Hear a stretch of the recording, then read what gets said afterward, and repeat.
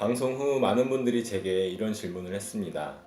왜 당신은 당신의 삶 가운데 가장 숨기고 싶고 드러내고 싶지 않은 그 아픔들, 철저하게 무너져 연약해져 버린 그 모습들을 공영방송을 통해 세상을 향해 오픈하느냐고 이해할 수 없다라고 제게 묻습니다.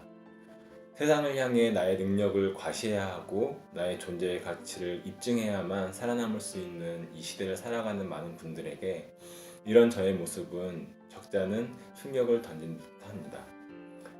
저는 이 촬영이 환자의 때에 제게 주어진, 그리고 큰 고난의 시간들을 걸어오고 있는 저희 가정에게 주어진 사명이라 생각했기에 철저하게 무너진 저의 삶을 있는 그대로 주님께 내어드렸을 뿐입니다.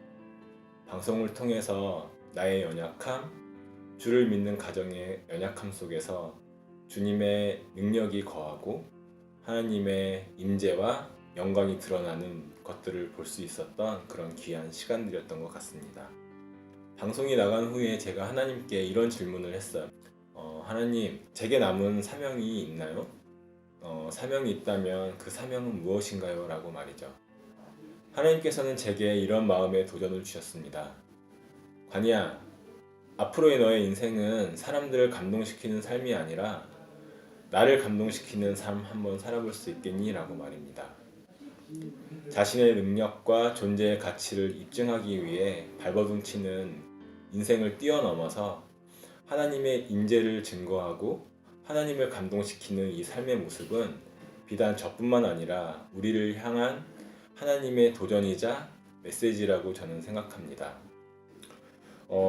그러면 내가 어떻게 하면 하나님을 감동시킬 수 있을까? 하나님을 기쁘게 할 수 있을까라는 생각을 하다 보니까 하나님께서 이런 또 마음을 주셨습니다. 방송 중에 저희 딸 소연이를 향한 저의 마음을 표현한 장면들이 있었는데 제가 방송에서 이런 이야기를 했더라고요. 문득문득 상상을 하는데 이제 그런 상상을 하는데 소연이의 그 인생의 걸음걸음마다 엄마 아빠가 옆에서 같이 이렇게 동행해주는 그 삶의 모습이 이게 상상만 해도 되게 즐거운데 그게 상상이 아니고 진짜 삶으로 이루어지면 더 즐겁겠지, 더 즐겁고 행복하겠지.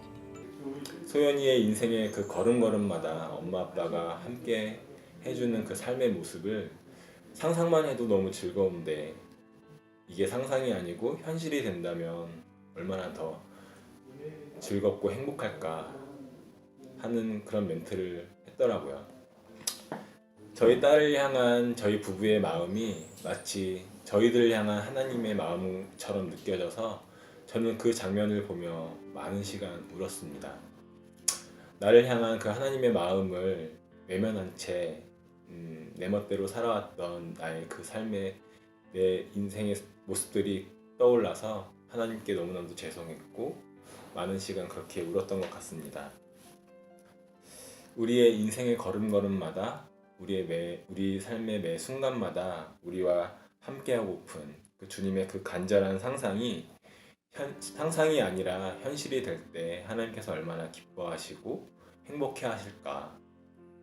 지금 주님께서 우리에게 내민 그 손을 꼭 붙잡고 주님과 동행하는 형통한 삶이 되길 소망합니다.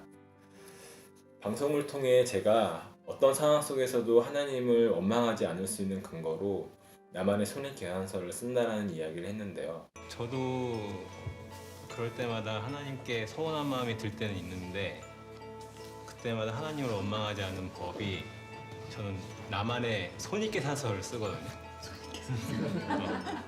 손익계산서. 공대생들은 항상 플러스 마이너스. 여태까지 내가 살아오면서 누렸던 은혜와 플러스 이득이죠. 그 다음에 내가 지금 뭐 느끼는 절망 이런 것들 마이너스 해보면 플러스 마이너스 해보면 항상 플러스예요. 그러니까 이제 지금 우리가 막 힘들어하고 원망하는 이유는 지금 내가 당한 이 고통의 현실에만 집착을 하고 있지만 내 삶을 전체를 봤을 때 내가 받은 은혜들이랑 이런 걸 다 계산해 보면 감히 하나님께 원망을 할 수가 없다라는 게 이제 제 결론입니다. 손익계산서의 왼편에는 지금껏 하나님으로부터 값없이 받아온 그런 은혜들이 가득하게 쌓여 있습니다. 한편으로는 제가 인생을 살아오면서 마주해야 했던 그런 아픔들, 고난의 사건들이 또 가득하게 쌓여 있을 것입니다.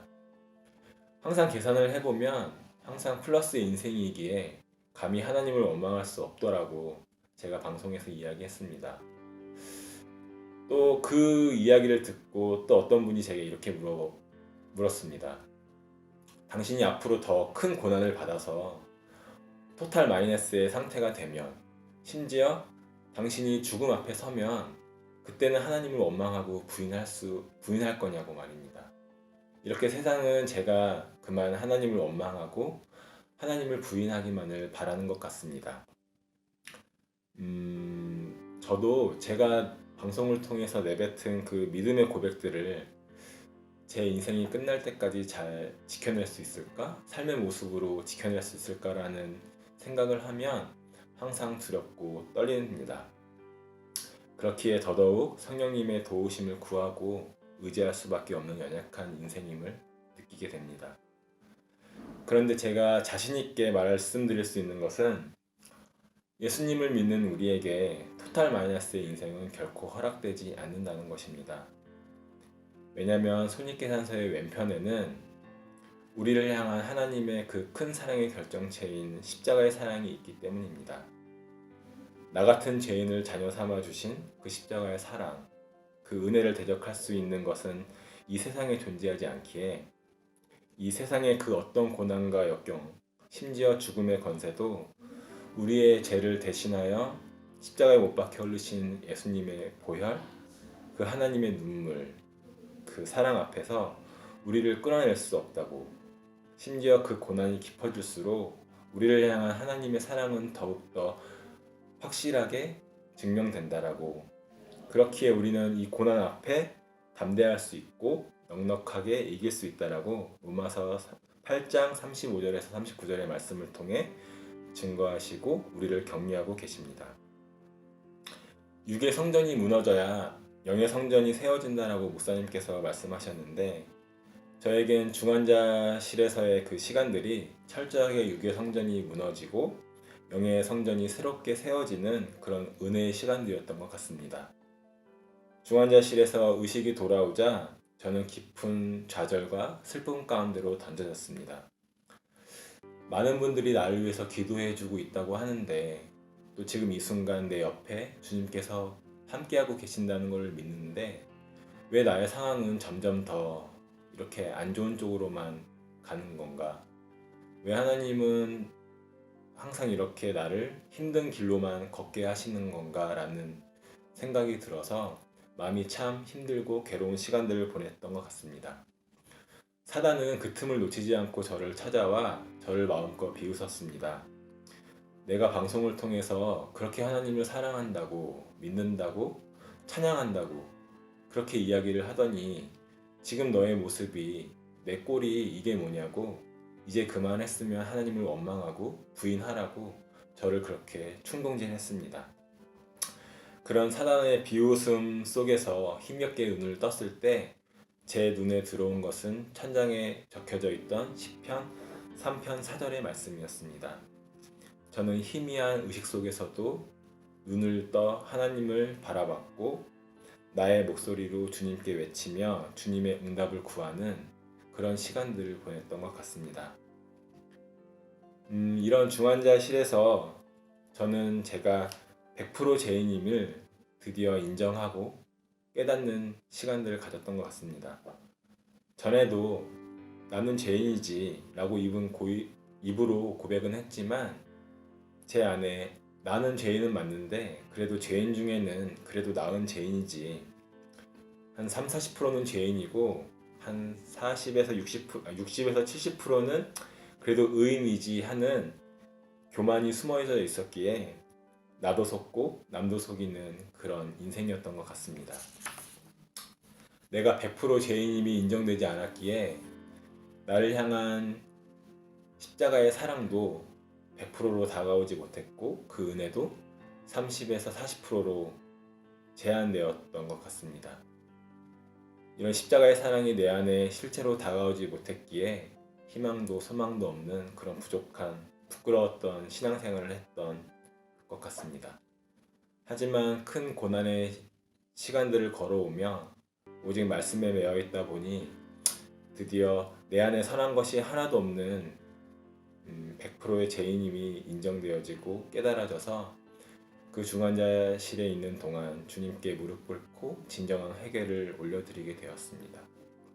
그제서야 나를 향한 그 십자가의 사랑이 온전히 100%의 실체로 다가왔고 새로운 영의 성전이 세워지는 그런 은혜를 누리게 되었습니다. 얼마 전 김양재 목사님을 찾아뵙고 짧은 대화를 나눈 적이 있었는데 목사님께서는 많은 성도들이 각자가 처한 그 고난의 사건들, 그 힘든 상황들에 눌려 그 고난과 상황을 말씀으로 해석하지 못하고 또 그 고난과 상황 그 뒤에 있는 그 우리를 향한 하나님의 사랑을 깨닫지 못하고 오해하고 있는 그 현실을 매우 가슴 아파하셨습니다. 왜 목사님께서 매 설교마다 그렇게 우시고 마음 아파하시는지를 조금이나마 깨달을 수 있는 시간이었던 것 같습니다.